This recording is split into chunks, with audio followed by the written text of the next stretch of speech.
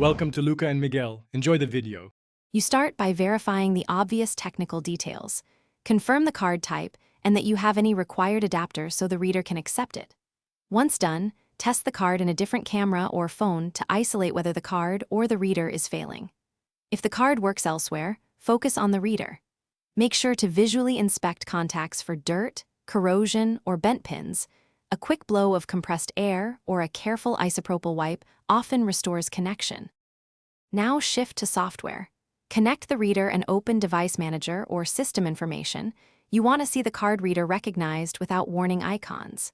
If it shows errors, update or uninstall and reinstall the driver so the OS redetects hardware. On Windows, use Disk Management. On Mac OS, use Disk Utility to see unmounted volumes. You may need to mount the partition.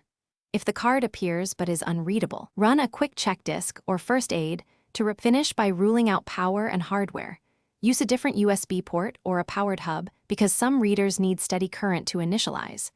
If the card is detected but corrupted, back up what you can and only then format using the appropriate file system for your device. Formatting erases data. If none of this helps, swap in a different card reader.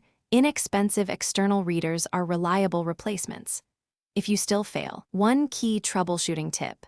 Try the card in a phone with an adapter to verify card integrity.